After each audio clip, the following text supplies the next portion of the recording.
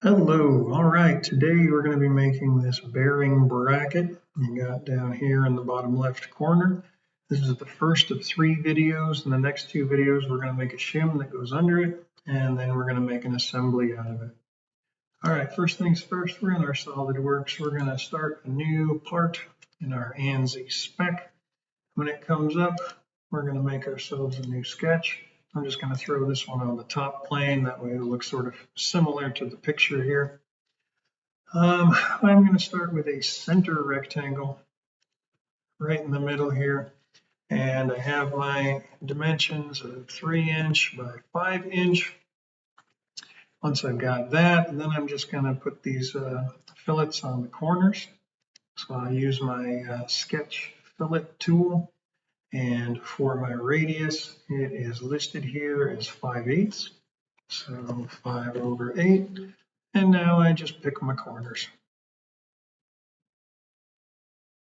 Just go all the way around. There we go.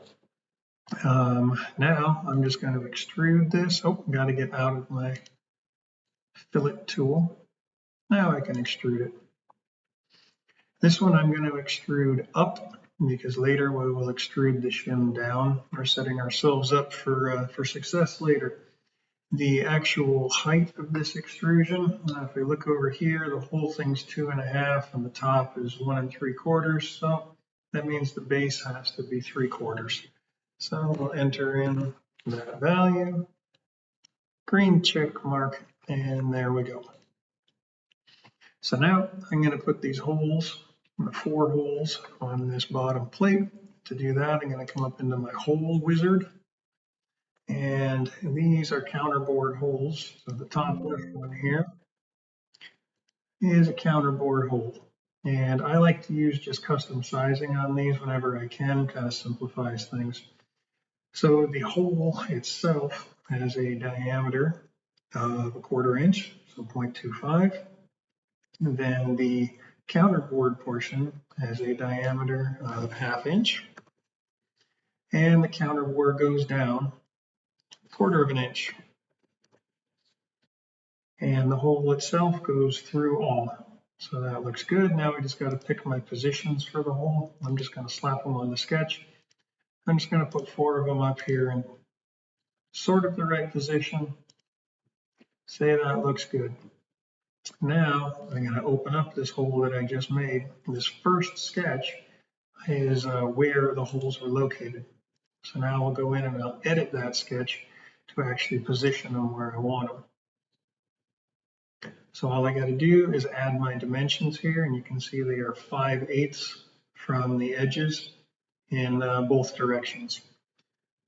So little smart dimension tool here.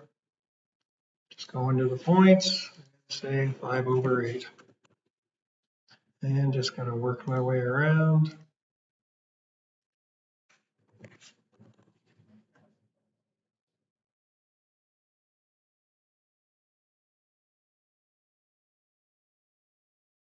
Selected the surface by mistake there. There we go. 5/8.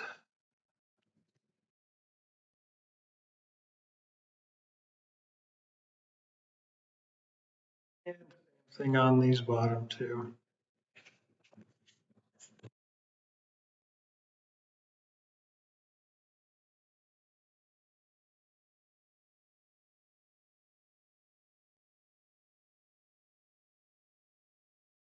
Get this final one dimensioned.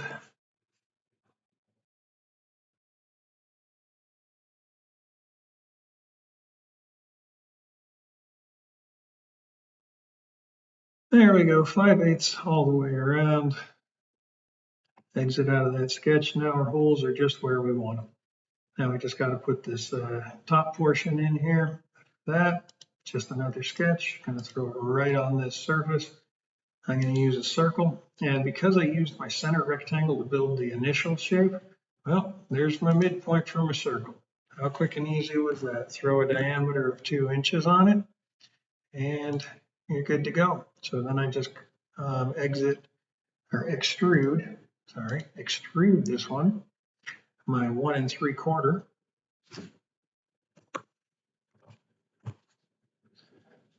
0.75 coming up. Yep, that looks pretty good.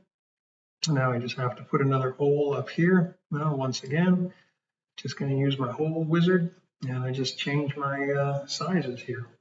So for this one, the hole itself is 1/2 inch, and the counter bore is a 1 inch, and the counter bore depth, it goes down 3/4. All right, the hole itself goes through all. So now I just got to position it. I'm just going to slap it on the sketch, throw it up here, something like that. Good to go. Again, I just open it up, edit the sketch to get its actual position, get my top view so I can see. So I just got to move it over. Right about there. And you can see I'm not quite at 0, so I'll just enter in my values of 0 and 0.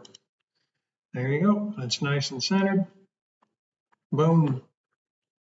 So there is my first one, and that is my bearing bracket. So I'm going to save it as my bearing bracket, and I'm just going to throw it up on the desktop. All right, I hope this was helpful. Hope you're having a good day. See you in the next video, and we'll make the shim.